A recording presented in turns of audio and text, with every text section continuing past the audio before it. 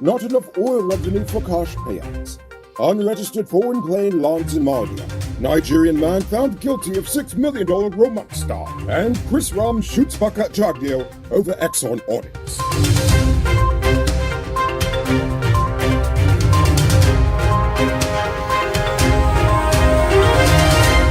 I am Rico Bulford and welcome to tonight's edition of Uncut News. Do you see news happening? Send us a tip on WhatsApp at 592-659-6151. If you're looking out for an oil money check in your mailbox anytime soon, don't hold your breath. Jagdeo says, as it stands, there is not enough oil revenue for the government to distribute cash grants to everyone.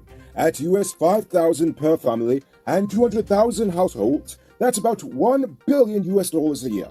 We have just over 500 million in the fund, and that's after nearly 2 years of oil production. But he did say that after 2024, the government may give cash payouts to certain households once the money from oil and gas becomes available. Public servant salaries are also likely to increase with the oil money. But for now, they're focusing on creating jobs and infrastructure improvements. The cops say they have caught the prime suspect in the murder of Dr. Colin Roach. Early Friday morning, the police caught 24-year-old Hilton Franklin as he was attempting to cross into Suriname through the backtrack. Crime Chief Wendell Blanham says Franklin is currently cooperating with the police and has since confessed to the killing. Supposedly. You know how the cops are with their confessions.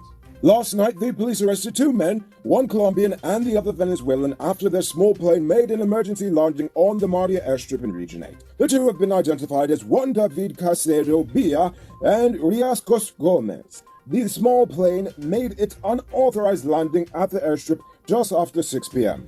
The cops arrested the men and searched the plane. Nothing illegal was found on board. This morning, cops in Berbice arrested a 26-year-old man in Betsy Ground, East Kanje, after they found 25 pounds of cannabis in a rusty old discarded freezer in the man's yard.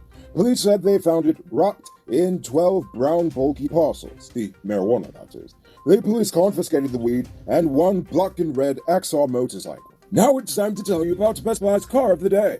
Currently on sale is this 2016 BMW X1. It comes with iDrive, Bluetooth, mag rims, new tires, TV, CD, DVD, stereo, reverse camera, rear spoiler, and much, much more. Buy cash for $6.5 million, or pay down as low as $1.3 million with around $225,000 monthly for 5 years, and it's yours. Call or WhatsApp 662-0844 for more info, or visit their showrooms at 171 Peter Street, Queenstown, or Lot 2 Lama Street, and tell them Rico sent you to get in on this sweet deal. Last night, a group of men in Anna Katrina severely assaulted 46-year-old Michael Anthony and his 16-year-old son after Michael asked the men to stop throwing firecrackers in their yard. The men chopped and beat Anthony and his son with a cutlass and a metal pipe. The 2 were admitted to the hospital. Michael was treated and discharged from the hospital, while his son's condition is regarded as serious. These suspects are currently in police custody. Now, if you thought that was unreasonable, wait until you hear this. Early Friday morning, 38-year-old Andre Collison, also known as DJ Choppy, was stabbed to death at Peruni Landing during an argument over money. The fatal altercation between Collison and the suspect occurred around 1 a.m. at the 2 Blessed Sisters restaurant while he was waiting on his order. After the man stabbed him, he then fled the scene, while Collison was taken to the Peruni health post where he succumbed to his injuries. All because he was just trying to reclaim the money he was owed. A Nigerian man, allegedly part of an international criminal network, has been found guilty on 10 counts of obtaining money by false pretense. Uche Raymond Okoye, also known as Uche Parker, was charged back in February in connection to a scam in which women are befriended on social media and promised lavish gifts and jewelry for which they are made to pay money. Well, Parker has been further remanded to prison pending sentencing, which will take place on November 11th. You can multiply your cash by selling Digicel Top-Up. This is a legit way you can earn some extra money at your business or to supplement your existing side hustle. Become a top-up vendor quick and easy through Cellular Plus. Call them on 685-3109 for more info. It's now time for today's Run Report. Today, the nation recorded 64 new cases. There are now 933 persons dead, 14 in the ICU, and 2,451 in home isolation. And the total number of confirmed cases around the nation now stands at 35,993. So please, people, wash your hands frequently. Avoid touching your nose and mouth and musk up before you leave the house. When you do leave home, try to avoid enclosed spaces and large crowds, and remember to give 6 meters space between you and others.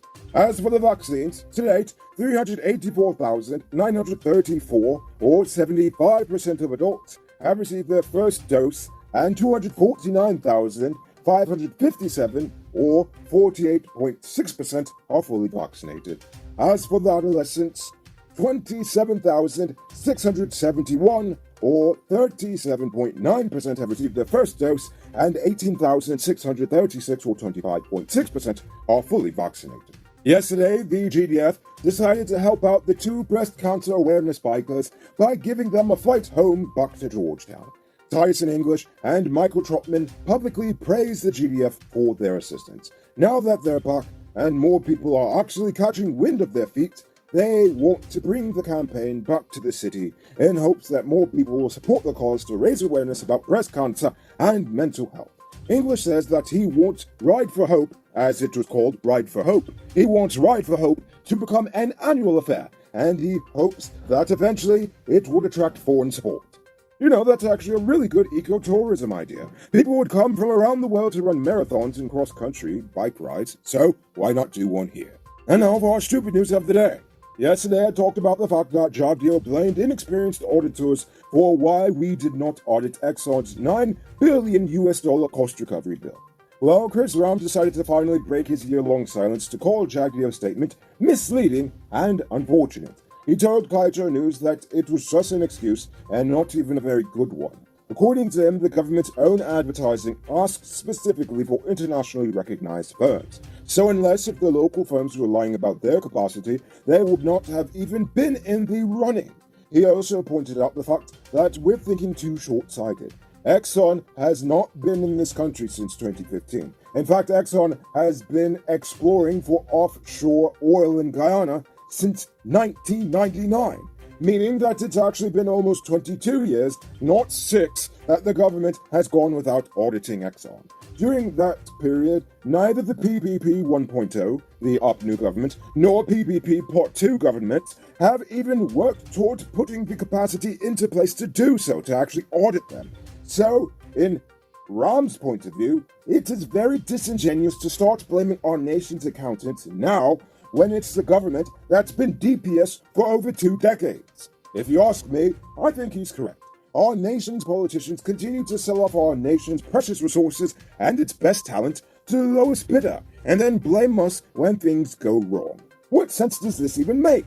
This is why it is important to think critically about what these leaders are saying to you, because half the time they're actually lying. Remember, Jagdeo is actually in front of the courts right now for lying on Annette Ferguson. But unfortunately, half of the media will run with the first version of the story they hear without ever considering this other side of the issue. I can go on and on with this, but what I'm trying to say is that the whole blame game is pretty stupid. So, you hope to never have to replace the parts on your truck, right? Keep dreaming, because things will break. But thankfully, when they do, you don't have to stress. Just head over to Powered Automotive Truck Spares and Engine Parts. They stock parts for DAF, Freightliner, International, and Mack trucks. Also all genuine Cummins engine spares, and they are the authorized dealer in Guyana for Hammer parts. So the next time you break down, act like you're big and you have sense. Head over to Powered Automotive in Eccles or call them on 697-0171. Moving on to Uncut News Views Poll Question of the Day. Every day we pose a question about current events in Guyana, the region, the diaspora, and how you feel it relates to us. So you give your responses in the comments, and we'll read the best ones in the following episode. Yesterday's question was, do you think it was right for the government to settle out of court with Digicel, or should they have demanded that we get the full $2 billion we're owed? Laura Mipsum says, of course they should have demanded the full $2 billion. If they don't pay, jail them. Is the government stupid? I mean, it's terrible. Darren Davis says, they should settle out of court this time, but not give Digicel a chance, or this problem will get out of hand like this again. So for tonight's question, the government says they will focus on jobs and infrastructure with the oil money. What else should they invest in, and why? Think about that question and tell us in the comments below. If your response is good enough, we just might feature it in the next episode. Anyway, that's all the time we have for tonight, and check us out on Monday for another. Until then, I'm Enrico Bulford saying, have a great weekend. And as always, don't drink and drive, or you'll end up on Monday's episode the hard way. Ha-ha! Good night, folks. Hey, Uncut News viewers, thanks for watching. You can subscribe by clicking on this button over here, or click over there for more news. You can also drop a comment to let me know if you've made it to the end of the video. Goodbye for now.